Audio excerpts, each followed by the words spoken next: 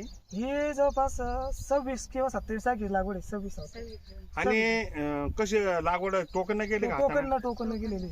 किती बी लागलं? इथं आम्हाला 12 किलो बी लागलं. 12 किलो बी लागलं. मग तुम्ही एकट्यानं केलं का बायकोची मदत घेतली? नाही, दोघांना गेलं. मग काही लाडा केलं का असं नाही रे, असं केलं. असं वाटलं नाही का तुम्हाला की बा आपण इथले पतलं बी किती पडायचं? अगोदर मग तसं वाटलं मला, 12 किलो बी पडलं म्हणलं. मग तुमच्या दोघात काही वाद झाला नाही का बी केम पडून राहिलं म्हणून? वाद आता काय होते, असं वाटलं की 2 तासांनी 3 तास हा लावा हे झालं. एवढं वाटलं होतं. असं फटका मोठा दिसायचा ना अगोदर. नाही गोष्ट अशी आहे की आपण जर सोयाबीन पेरतो तर 25-30 किलो बी लागतं, आणि आपण या टोकन पद्धतीनं आपल्याला 12 किलो बी लागतं. आता 12 मग आज तुम्हाला वाटलं नाही का आपलं 30 किलो कुठं 12 किलो कुठं? मी टोकन यंत्राचं बी पाहते असं प्रत्येकाला, लेस कमी पडू राहिलं, लेस कमी पडू राहिलं. 12 किलो मला वाटलं होतं 17-18 किलो पडेल. पण आम्ही तुम्हाला त्या ठिकाणी सांगितलं होतं की बा एकरी 12 ते 13 किलो बी लागतं आणि आपल्याला उत्पादन चांगलं येतं. मी आपल्या शेतावर कार्यक्रम झाला, त्या कार्यक्रमात मी तुम्हाला ते सविस्तर सांगितलं होतं. त्या पद्धतीने तुम्ही केलं. बघा त्याला तुम्ही पहिलं तणनाशकाची कोणतं केलं वापर? पहिलं ना ते स्ट्रॉंग आमची पुडी मारली होती. हा, ती एकरी एक पुडी मारली होती अगोदर. किती दिवस व्यवस्थ झालं नाही? बीनाशक ते आता 5-6 दिवस अगोदर मी तणनाशक मारलं. दुसरं तणनाशक. दुसरं तणनाशक. शेतकरी मित्रांनो, तुम्ही बघू शकता की बा हे शेत कसं काळ आहे.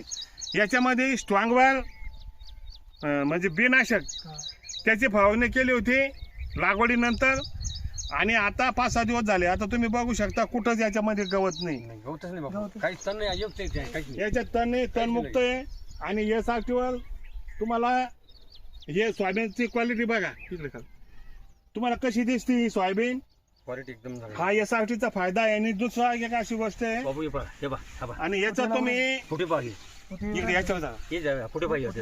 हे तुम्ही फुटवे बघू शकता. याला किती फुटवे, हे झालं याला किती फुटवे, म्हणजे याच्यावरून असा अंदाज येतो की उत्पादन चांगलं येणार आहे बा. क्वालिटी चांगली बापूची.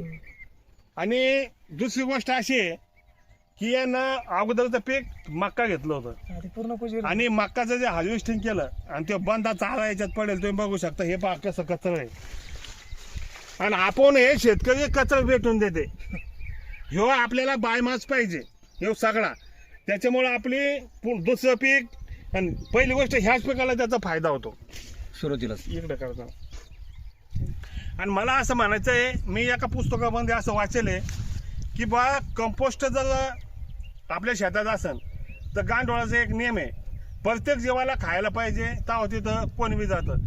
जिथं समजा एखादं जनावर मिळालं तिथं लांडगे वाघ येते, आणि जिथं पंगत असली तिथंच आपण जेवायला जातो, दुसऱ्या ठिकाणी जात नाही. तसं आहे.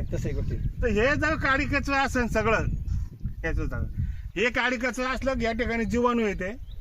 कशामुळे येते की त्याला ते खाद्य आहे, तेच खाद्य ते. आणि गांडोळ येते. काऊन की त्याचं तिथं खाद्य जसं काही इथं भांडारा आहे. हे म्हणजे गांडोळाचा भांडारा जेवायसाठी. हा, हे अशा पद्धतीनं कुसतं. आणि आपण जवळ लोक असा काडी कचरा आपल्या शेतामध्ये कुजवत नाही आणि घाण ठेवत नाही, तर लोक आपल्याला आपली शेती चांगली पिकणार नाही.